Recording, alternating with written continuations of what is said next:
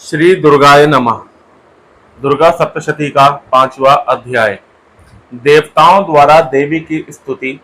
चंड मुंड के मुख से अंबिका के रूप की प्रशंसा सुनकर शुंभ का उनके पास दूत भेजना और दूत का निराश लौटना। विनियोग। ओम। इस उत्तर चरित्र के रुद्र ऋषि हैं, मां सरस्वती देवता हैं, अनपुष्ट छंद है, भीमा शक्ति है, भ्रामरी बीज है, सूर्य तत्व है और सामवेद स्वरूप है। महासरस्वती की प्रसन्नता के लिए उत्तर चरित्र के पाठ में इसका विनियोग किया जाता है। ध्यान।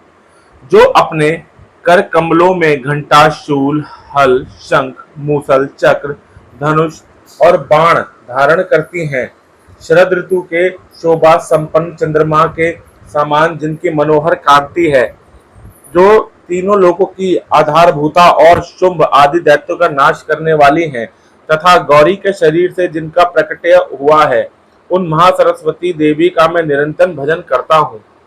ऋषि कहते हैं, पूर्व काल में शुंभ और निशुंभ नामक असुरों ने अपने बल के घमंड में आकर शचीपति इंद्र के हाथों से तीनों लोकों का राज्य और यज्ञ भाग छीन लिए।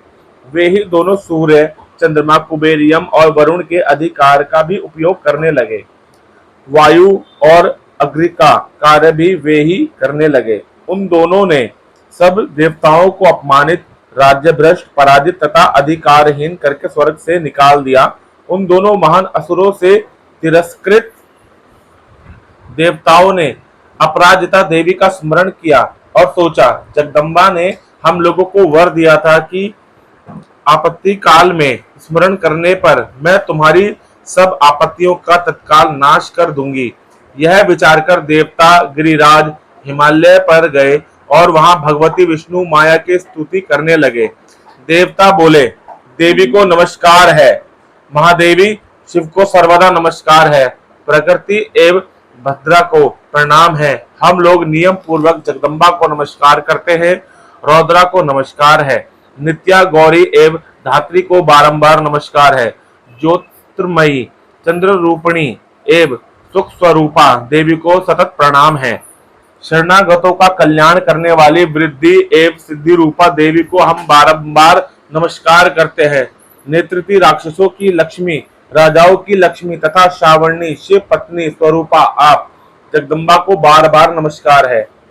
दुर्गा, दुर्गपारा, सारा, सर्वकारिणी, ख्याति, कृष्णा और धूम्रा देवी को सर्वदा नमस्कार है। अत्यंत सौम्य तथा अत्यंत रौद्र रूपा देवी को हम नमस्कार करते हैं, उन्हें हमारा बारंबार प्रणाम है। जगत की आधारभूता कृति देवी को बारंबार नमस्कार है। जो देवी सब प्राणियों में विष्णु माया के नाम से कही जाती है, उनको नमस्कार है, उनको बारंबार नमस्कार है। जो देवी सब प्राणियों में चेतना कहलाती है, उनको नमस्कार, उनको नमस्कार, उनको बारंबार नमस्कार है। जो देवी सब प्राणियों में बुद्धि रूप से स्थित है, उनको नमस्कार, उनको नमस्कार, उनको बारंबार नमस्कार है। जो देवी सब प्राणियों में निंद्रा रूप से स्थित है, उनको नमस्कार, उनको नमस्कार, उनको बारंबार नमस्कार है। जो देवी सब प्राणियों में शुदा रूप से स्थित है, उनको नमस्कार, उनको नमस्कार, उनको बारंबार नमस्कार है। जो देवी सब प्राणियों में छाया रूप से स्थित है, उनको नमस्कार, उनको नमस्कार, उनको बारंबार नमस्कार है। जो देवी सब प्राणियों में शक्ति रूप से स्थित है, उनको नमस्कार, उनको नमस्कार, उनको बारंबार नमस्कार है। जो देवी सब प्राणियों में तृष्णा रूप से स्थित है, उनको नमस्कार, उनको नमस्कार, उनको बारंबार नमस्कार है। जो देवी सब प्राणियों में शांति रूप से स्थित है, उनको नमस्कार, उनको नमस्कार, उनको बारंबार नमस्कार है। जो देवी सब प्राणियों में जाति रूप से स्थित है, उनको नमस्कार, उनको नमस्कार, उनको बारंबार नमस्कार है। जो देवी सब प्राणियों में लज्जा रूप से स्थित है, उनको नमस्कार, उनको नमस्कार, उनको बारंबार नमस्कार है। जो देवी सब प्राणियों में शांति रूप से स्थित है, उनको नमस्कार, उनको नमस्कार, उनको बारंबार नमस्कार है। जो देवी सब प्राणियों में श्रद्धा रूप से स्थित है, उनको नमस्कार, उनको नमस्कार, उनको बारंबार नमस्कार है। जो देवी सब प्राणियों में कांति रूप से स्थित है, उनको नमस्कार, उनको नमस्कार, उनको बारंबार नमस्कार है। जो देवी सब प्राणियों में लक्ष्मी रूप से स्थित है, उनको नमस्कार, उनको नमस्कार, उनको बारंबार नमस्कार है। जो देवी सब प्राणियों में वृत्ति रूप से स्थित है, उनको नमस्कार, उनको नमस्कार, उनको बारंबार नमस्कार है। जो देवी सब प्राणियों में स्मृति रूप से स्थित है, उनको नमस्कार, उनको नमस्कार, उनको बारंबार नमस्कार है। जो देवी सब प्राणियों में दया रूप से स्थित है, उनको नमस्कार, उनको नमस्कार, उनको बारंबार नमस्कार है। जो देवी सब प्राणियों में तुष्टि रूप से स्थित हैं, उनको नमस्कार, उनको नमस्कार, उनको बारंबार नमस्कार है। जो देवी सब प्राणियों में माता रूप से स्थित हैं, उनको नमस्कार, उनको नमस्कार, उनको बारंबार नमस्कार है। जो देवी सब प्राणियों में भ्रांति रूप से स्थित है, उनको नमस्कार, उनको नमस्कार, उनको बारंबार नमस्कार है। जो जीवों के इंद्रिय वर्ग की अधिष्ठात्री देवी एवं सब प्राणियों में सदा व्याप्त रहने वाली है, उन व्याप्ति देवी को बारंबार नमस्कार है। जो देवी चैतन्य रूप से संपूर्ण जगत को व्याप्त करके स्थित है, उनको नमस्कार, उनको नमस्कार, उनको बारंबार नमस्कार है। पूर्व काल में अपने अभिष्ट की प्राप्ति होने से देवताओं ने जिनकी स्तुति की तथा देवराज इंद्र ने बहुत दिनों तक जिनका सेवन किया, वह कल्याण की साधन भूता ईश्वरी हमारा कल्याण और मंगल करे तथा सारी आपत्तियों का नाश कर डाले। उद्दंड दैत्यों से सताए हुए हम सभी देवता जिन परमेश्वरी को इस समय नमस्कार करते हैं तथा जो भक्ति से विनम्र पुरुषों द्वारा स्मरण की जाने पर तत्काल ही संपूर्ण विपत्तियों का नाश कर देती है, वे जगदम्बा हमारा संकट दूर करे। ऋषि कहते हैं, राजन, इस प्रकार जब देवता स्तुति कर रहे थे, उस समय पार्वती देवी गंगा जी के जल में स्नान करने के लिए वहां आई। उन सुंदर बाहों वाली भगवती ने देवताओं से पूछा, आप लोग यहाँ किसकी स्तुति करते हैं? तब उन्हीं के शरीर कोश से प्रकट हुई शिवा देवी बोली, शुंभ दैत्य से तिरस्कृत और युद्ध में निशुंभ से पराजित हो यहाँ एकत्रित हुए हैं ये समस्त देवता, यह मेरी ही स्तुति कर रहे हैं। पार्वती जी के शरीर कोश से अंबिका का प्रादुर्भाव हुआ था, इसलिए वे समस्त लोक में कौशिकी कही जाती हैं। कौशिकी के प्रकट होने के बाद पार्वती देवी का शरीर काले रंग का हो गया, अतः वे हिमालय पर रहने वाली कालिका देवी के नाम से विख्यात हुई। तदंतर शुभ निशुंभ के भृत्य चंडमुंड वहां आए और उन्होंने परम मनोहर रूप धारण करने वाली अंबिका देवी को देखा। फिर वे शुंभ के पास जाकर बोले, महाराज, एक अत्यंत मनोहर स्त्री है जो अपनी दिव्य कांति से हिमालय को प्रकाशित कर रही है। वैसा उत्तम रूप कहीं किसी ने भी नहीं देखा होगा। असुरेश्वर, पता लगाइए वह देवी कौन है और उसे ले लीजिए। स्त्रियों में तो वह रत्न है, उसका प्रत्येक अंग बहुत ही सुंदर है तथा वह अपने श्रीअंगों की प्रभा से संपूर्ण दिशाओं में प्रकाश फैला रही है। दैत्यराज, अभी वह हिमालय पर ही मौजूद है, आप उसे देख सकते हैं। प्रभु, तीनों लोकों में मणि, हाथी और घोड़े आदि जितने भी रत्न हैं, वे सब इस समय आपके घर में शोभा पाते हैं। हाथियों में रत्नभूत ऐरावत, यह परिजात का वृक्ष और यह उच्च श्रवा घोड़ा, यह सब आपने इंद्र से ले लिया है। हंसों से जुता हुआ यह विमान भी आपके आंगन में शोभा पाता है। यह रत्नभूत अद्भुत विमान जो पहले ब्रह्मा जी के पास था, अब आपके यहाँ लाया गया है।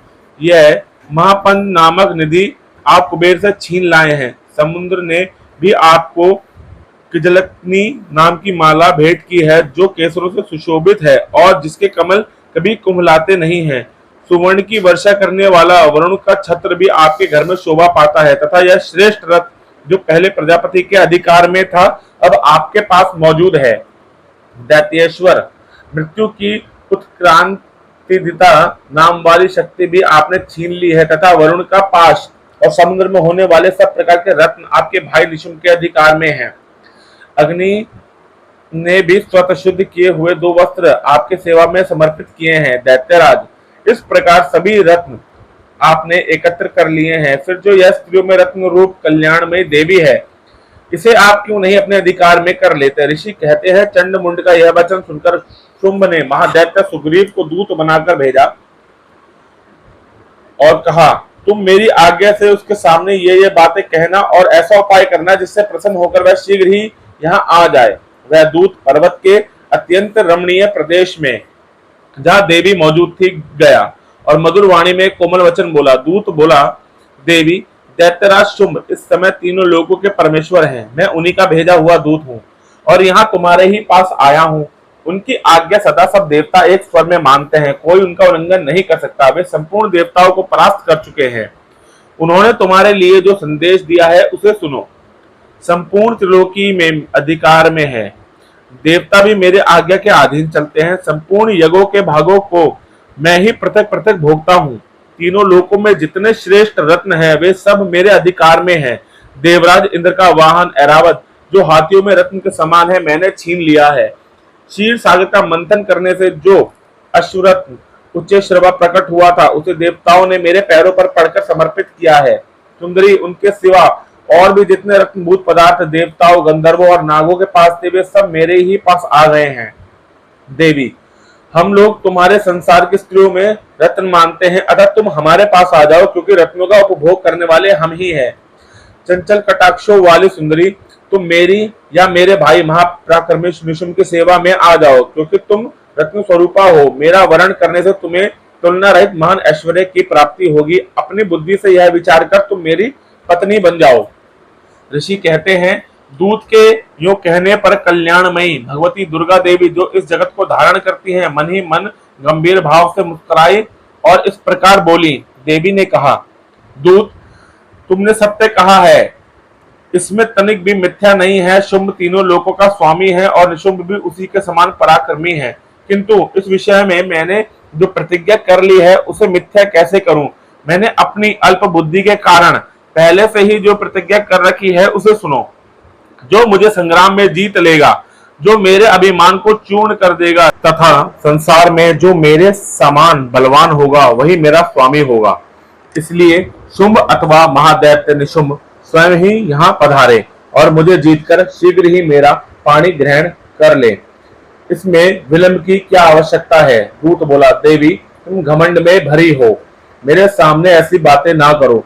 तीनों लोगों में कौन ऐसा पुरुष है जो शुंभ निशुंभ के सामने खड़ा हो सके। देवी, अन्य दैत्यों के सामने भी सारे देवता युद्ध में नहीं ठहर सकते, फिर तुम अकेली स्त्री होकर कैसे ठहर सकती हो। जिन शुंभ आदि दैत्यों के सामने इंद्र आदि सब देवता भी युद्ध में खड़े नहीं हुए, उनके सामने तुम स्त्री होकर कैसे जाओगी। इसलिए तुम मेरे ही कहने से शुंभ निशुंभ के पास चली चलो। ऐसा करने से तुम्हारे गौरव की रक्षा होगी, अन्यथा जब वे केश पकड़कर घसीटेंगे तब तुम्हें अपनी प्रतिष्ठा खोकर जाना पड़ेगा। देवी ने कहा, तुम्हारा कहना ठीक है, शुंभ बलवान है और निशुंभ भी बड़े पराक्रमी है, किंतु क्या करूं, मैंने पहले बिना सोचे समझे प्रतिज्ञा कर ली है। अतः अब तुम जाओ, मैंने तुमसे जो कुछ कहा है वह सब दैत्यराज से आदर पूर्वक कहना, फिर वे जो उचित जान पड़े करें। दुर्गा सप्तशती का 5वां अध्याय पूरा हुआ। जय माता दी।